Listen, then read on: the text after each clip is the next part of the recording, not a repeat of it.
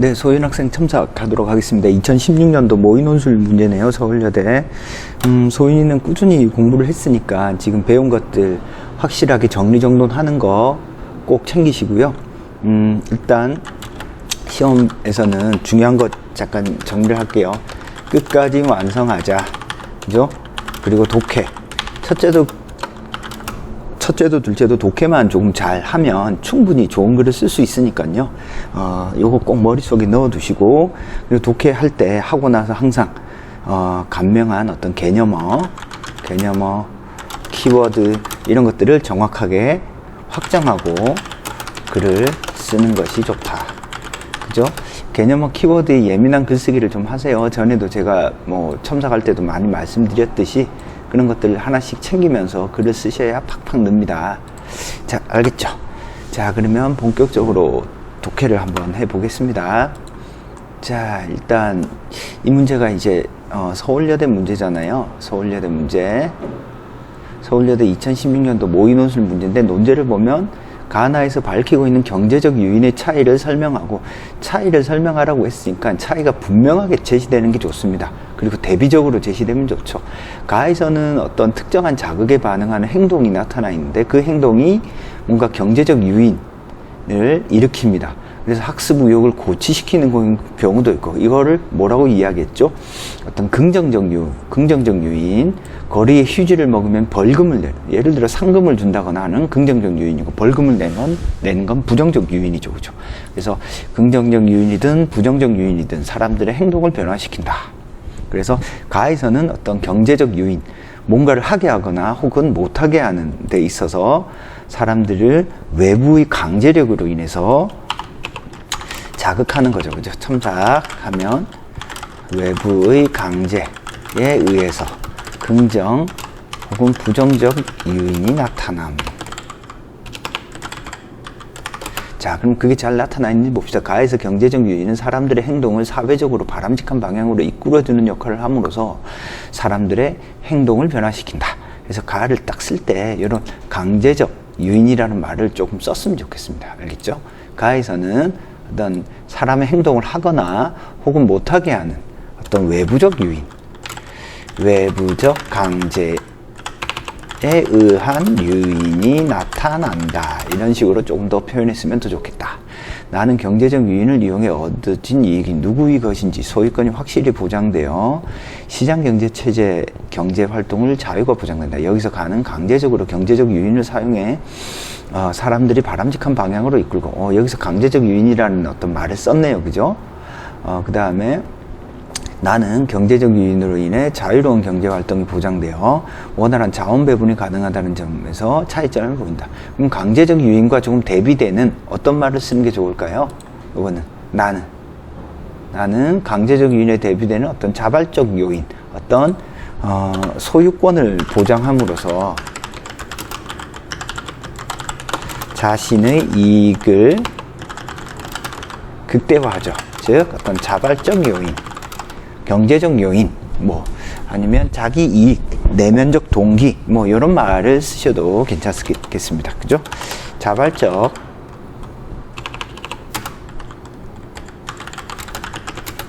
이런 식으로 써도 괜찮을 것 같아요. 강제와 대비되는. 그래서 요거는, 괜찮습니다. 앞부분에 좀 쓸 때 아쉬운 부분이 경제적 유인이, 긍정적 요인하고 부정적 요인이 있으니까 그걸 조금 나눠줬으면 더 좋겠네요. 그죠? 외부적 강제 요인인 걸 긍정적과,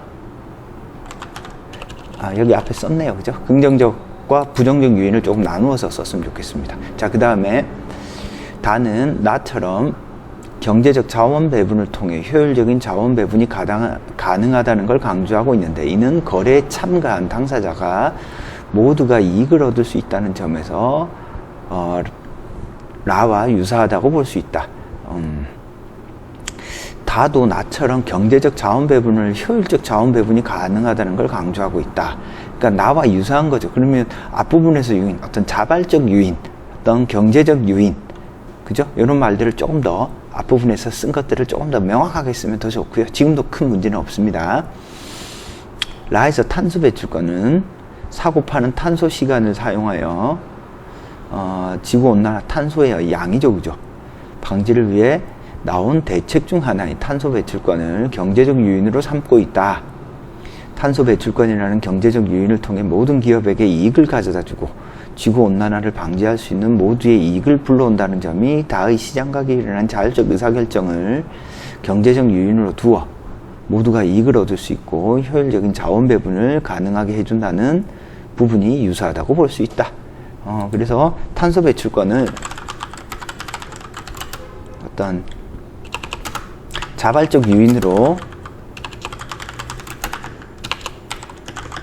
설명한 것은 좋다.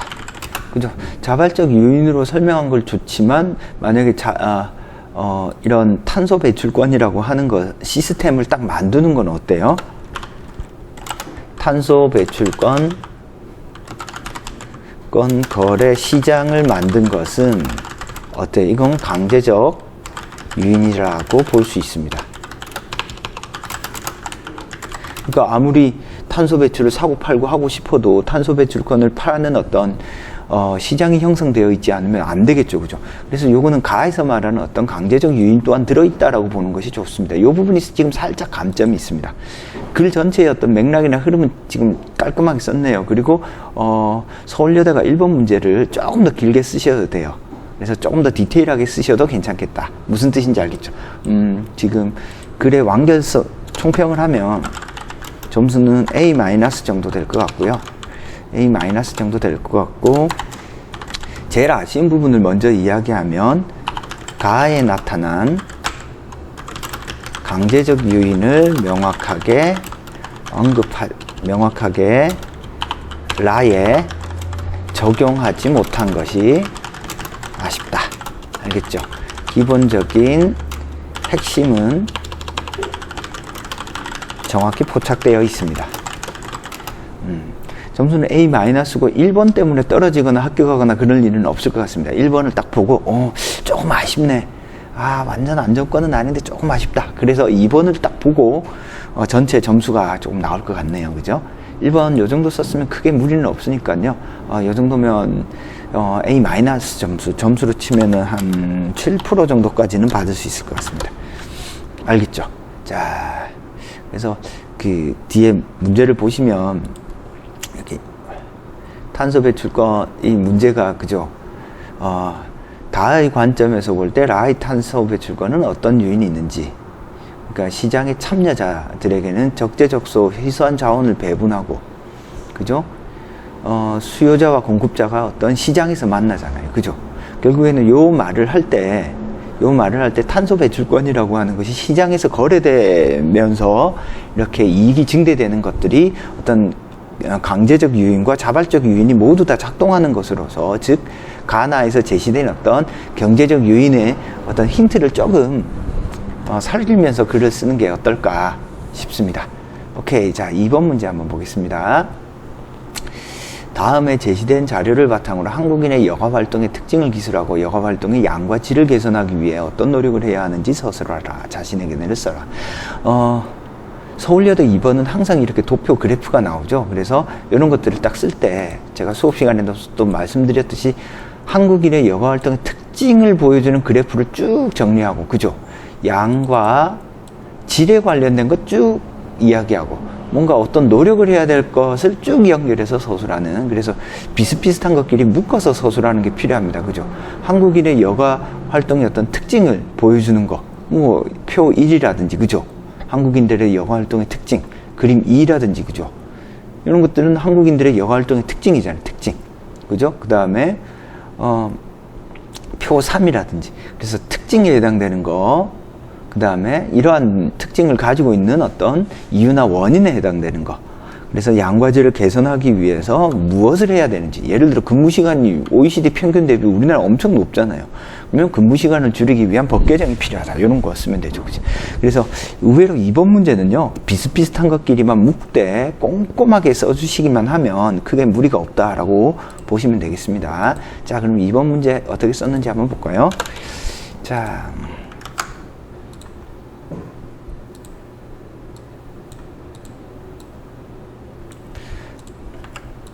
자, 제시된 자료를 바탕으로 한국인의 여가 활동의 특징을 보면 첫 번째, 다른 나라들에 비해 여가 시간이 부족하다는 걸 알 수 있다.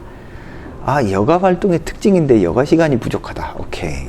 괜찮습니다. 뭐 틀린 건 아니네요. 그죠? 여가 시간이 적죠, 우리나라는. 그림 1을 보면 우리나라 여가 시간은 OECD 평균 여가 시간인 5시간에도 미치지 못하죠. 그죠? 여가 시간이 제일 많은 노르웨이보다 대략 2시간이 적다. 야, 하루에 2시간이 적다는 건 어마어마하게 적은 겁니다. 그죠? 둘째, 가구 소득별 여가 시간과 여가 활동에 큰 차이가 없다. 소득과 상관없이 우리나라 사람들은 여가 시간이 그렇게 많지 않습니다. 그죠? 표에 잘 나타나죠. 둘째, 그림 3과 표 1을 보면 소득의 차이로 인해 여가 시간 차이가 크지 않은 걸 알 수 있고, 표 1의 주요 여가 활동을 보면 두 소득층 모두 TV 시청이 가장 높은 비율을 차지한 것을 알 수 있다. 확인할 수 있다. 마지막으로 세 번째, 대체로 많은 사람들이 소극적인 태도로 여가 생활을 보내는 걸 볼 수 있다. 그래서 표 3을 보면 대체로 휴식과 취미 오락 활동처럼 소극적인 활동을 하고, 문화예술 참여와 스포츠 참여와 같은 적극적인 여가 활동은 0.5, 0.9로 상당히 낮은 수치를 기록하고 있다. 자, 그래서 첫 번째 단락에서 여가 활동의 특징은 정확하게 서술했네. 그래서 이렇게 이 정도 지금 여가 활동을 쓰는 건 아무런 문제가 없습니다. 다만 어떤 서울여대 문제가 이런 어떤 수치가 나와 있잖아요. 대략 몇 배, 퍼센트 이런 게 나와 있으니까 지금 2시간 이런 것들을 언급하고 특징들, 비중들 이런 것들을 언급을 했으니까요. 요거 가급적이면 좀 더 명확하고 딱 꼼꼼하게 언급을 해주면 됩니다. 그래서 수치에 언급되는 부분들을 조금 명확하게 언급해주면 좋다. 근데 지금도 괜찮아요. 이 서울여대 특징이니까 그건 좀 정확히 숙지해 주시는 게 좋습니다. 수치. 특징이 나오면 명확하게 언급하자. 자, 지금 첫째 단락 부분까지는 아무런 문제가 없다 라고 보시면 되겠습니다. 3번 보겠죠. 자, 이런 여가 활동에 양과 질을 개선하기 위해서는 첫째, 근무 시간을 줄여야 한다. 그림 1을 보면 이렇게 두 가지식으로 쓰는 거 아주 좋습니다. 서울여대 말했듯이 첫째, 둘째, 셋째 이런 식으로 쓰면 글이 잘 읽히고 학교에서 발표한 답들도 이런 것들을 잘 쓰고 있죠. 그죠? 의식적으로 이렇게 쓰도록 노력하는 건 나쁘지 않습니다. 첫째, 근무 시간을 줄여야 한다. 그림 1을 보면 한국의 근무 시간은 네덜란드에 비해 2배 정도 많고, 근무 시간이 많을수록 여가 시간이 가지는 것이 힘들어진다. 따라서 근무 시간을 줄이기 위해 휴일을 늘리거나 휴가 시간을 확보에 관련된 정책이 필요하다. 둘째, 적극적으로 여가 활동에 참여할 수 있어야 한다. 그림 4에서 볼 수 있듯이 혼자 여가 활동을 취하는 것보다 많은 사람들과 함께 참여할 수 있는 스포츠와 같은 적극적인 스포츠를 하는 프로그램을 만드는 것도 하나의 예시가 될 수 있다. 또한 가구 소득의 차이에 따른 해결 방안이 필요하다. 그림 3을 보면 소득별 여가 시간은 비슷하지만 표 위에서 여가 생활을 못하는 이유는 큰 차이가 있음을 볼 수 있다. 소득이 낮은 가구는 경제적 부담이 높은 비율을 차지하고, 소득이 높은 가구는 시간 부족이 높은, 이거 잘 썼네요. 그죠? 따라서 소득이 낮은 가구를 위해서 저렴하게 여가 시간을 보낼 수 있는 문화센터와 같은 시설을 확충하는 것이 중요하고, 시간 부족을 해결하기 위해서는 저렴하게 여가 시간을 보낼 수 있는 문화센터와 같은 확충하는 것이 중요하고, 시간 부족을 해결하기 위해서는 위에서 말한 바와 같은 근무 시간을 줄일 수 있는 방안을 마련해야 한다.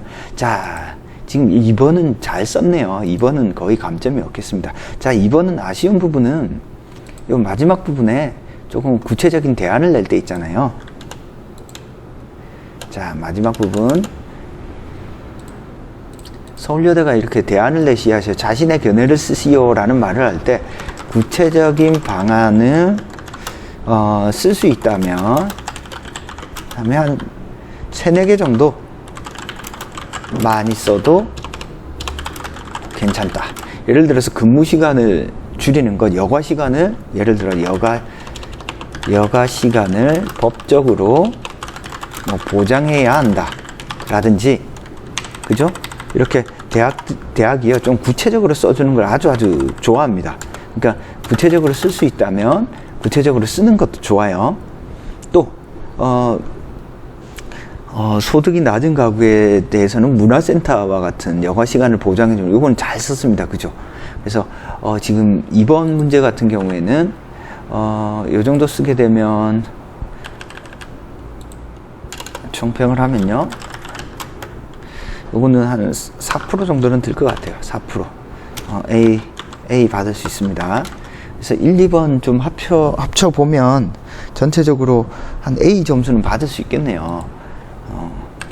자, 요거는 조금 올려서 총평을 뒤에 쓰도록 할게요. 2번 문제, 1번 문제 합치면 A 정도 받을 수 있을 것 같고, 제일 아쉬운 부분이 1번에서 이렇게 어떤 시장의 원리를 조금 더 적극적으로 쓰는 부분이 조금 아쉽고요. 1번에서 뭐 시장의 원리가 어떤 외적 요인이 될 수 있음, 즉 외부의 어떤 강제적 요인이 될 수 있음을 지적하는 것, 여기 제일 아쉽고, 2번 문제는 도표나 2번 문제는 도표 그래프 수치를 언급하는 부분이 잘 들어가 있고, 학교가 요구하는 바가 어느 정도 다 들어가 있습니다. 제일 아쉬운 부분은 어떤 구체적 방안을 첫째 뭘 해야 된다, 둘째 뭐 해야 된다, 셋째 뭘 해야 된다, 이런 식으로 써도 괜찮아요. 첫째, 둘째,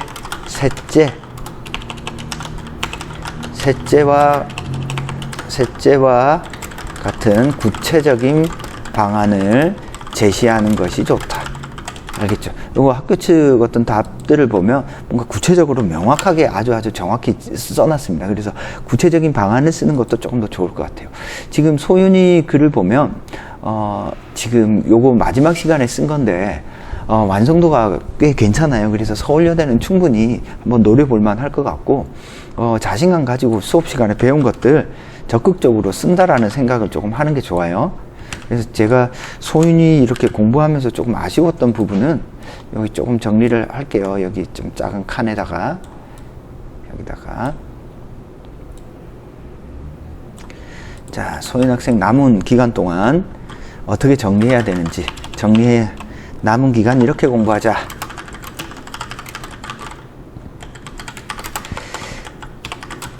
우선 소윤이는 이렇게 쓴 글에서 완성 못한 게 조금 있거든요. 그래서 지원할 대학 문제 중에서 완성 못한 글은 분석을 하고 답안을 보고 쓰셔도 됩니다. 답안을 보고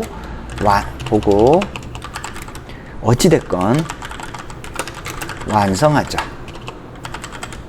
알겠죠? 그래서 완성을 좀 해두면 이렇게 쓰면 되겠구나 라고 감이 생기니까 완성을 조금 해보는 게 좋고요. 그 다음에 수업 시간에 말했듯이 복습을 할 때 전체 주제와 각 제시문은 사이의 관계를 명확하게 개념어로 잡아주는 연습을 하자. 잡아주는 어떤 점검을 하자. 자, 그래서 전체 주제가 오늘 쓴 것처럼 어떤 경제적 유인이면 이 경제적 유인과 관련해서 가가 말하는 게 뭐고, 나가 모르는 게 뭐고, 다가 말하는 게 뭔지 정확하게 개념적으로 딱 잡아주는 연습. 알겠죠? 요것만, 이 두 가지만 조금 해두시면 남은 기간 이제 파이널 필요할 때 조금씩 듣고요. 그리고 요것만 해두시면 소윤이가 지금 글 쓴 것들이 꽤 많기 때문에 충분히 정리정돈을 할 수 있을 거예요. 그리고 수업하다가 혹은 복습하다가 잘 안 되거나 이해 안 되는 것 있으면 저한테 문자나 전화로 질문들 많이 하시고요. 학생들 저한테 문자나 이렇게 해서 질문들 많이 하니까 두려움 없이 그냥 문자나 카톡으로 질문들 하시면 되겠습니다. 첨삭은 여기서 마칠게요. 힘내시고 자신감 가지고 글을 끝까지 시험에서 쓰시기 바랍니다. 한 해 동안 고생 많이 하셨습니다. 감사합니다.